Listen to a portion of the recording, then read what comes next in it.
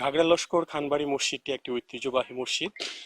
ইতিহাস থেকে জানা যায় এই মসজিদটি 1608 সালে বর্ষার বিদ্রোহের প্রাক্কালে হিরুঙ্গি খানের আমলে নির্মিত হয়। এটা প্রতিষ্ঠা করেছিলেন আজমতুল্লাহ খান। এবং এই দৃষ্টিনন্দন মসজিদটি দেখার জন্য প্রতিনিয়ত দূর দূরান্ত থেকে অনেক ধর্মপ্রাণ মানুষ এবং ভ্রমণ পিপাসু মানুষরা আসে এখানকার সৌন্দর্য উপভোগ করার জন্য।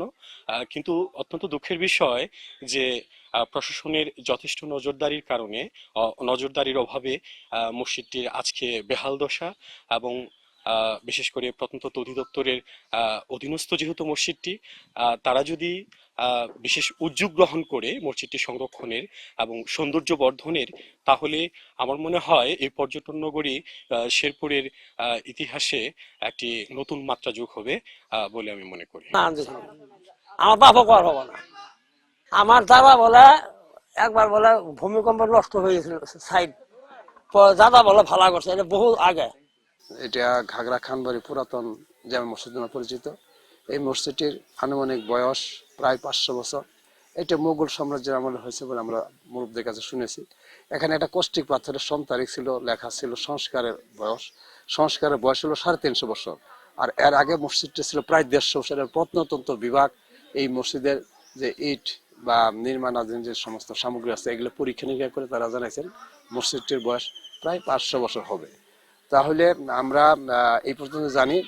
আর এই মসজিদটির আয়তন খুব ছোট। এখানে ভিতর মাত্র 31 জন মুসলিম ইমাম সহ 31 মুসলিম।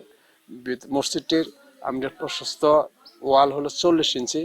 এখানে নামাজ পড়তে খুব ভালো লাগে। এটা শীতের সময় এই মসজিদে ভিতরে থাকে গরম এবং গরমের সময় ভিতরে থাকে ঠান্ডা।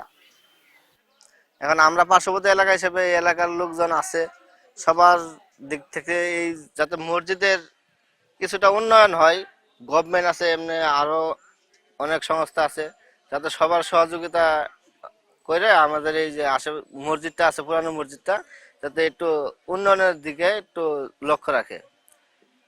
এটা আশেপাশে মনে করো যে আরো অনেক লোকজন যে ঘুরতে আসে মসজিদটা পুরানো হিসেবে দেখতে আসে, কিন্তু আসতে দেখে যে মসজিদ পুরানো ঠিক আছে, কিন্তু যে এটার যে ব্যবহার পরিচর্যা এগুলা কেউ করে না, কোনো লোকজন নাই বলতে চলে। আমি যতটুকু জানি সম্রাট আকবর বা তারপরে শাসনকাল থেকে এই মসজিদটি এখান থেকে আছে। ঠিক আছে, এটা অনেক জায়গায় ফাটল দেখা গেছে, মসজিদের বিভিন্ন জায়গায় ফাটল আছে। তাছাড়া এখানে আমাদের পুরাকীর্তি ছিল এই কষ্টি পাথরের একটা সাইনবোর্ড ছিল, সেটাও এখান থেকে চুরি হয়ে গেছে। ঠিক আছে, এই জন্য অরিজিনালি কত সালে এটা নির্মিত হয়েছে সেটা আমাদের এখন বোঝার কোনো উপায় নেই। শুনছি এটা অনেক পুরানা কেউ বলতে পারে নাই নির্দিষ্ট ভাবে। এটা যখন সরকারে নিল, প্রত্নতত্ত্ব বিভাগ আসলে এসে দেখলো, দেখার পরে সরকার নিল, এরা পরীক্ষা নিরীক্ষা করার পরে এরাই ইতিহাসটা সৃষ্টি করলো, যেটা মুঘল আমলে, এটা 400 বছর আগের। হ্যাঁ, এই থেকে শুরু হলো এর ইতিহাস। ঠিক না, এরপরে থেকে আমরা এরই বলি আর কি হিসেবে দায়িত্ব আছি।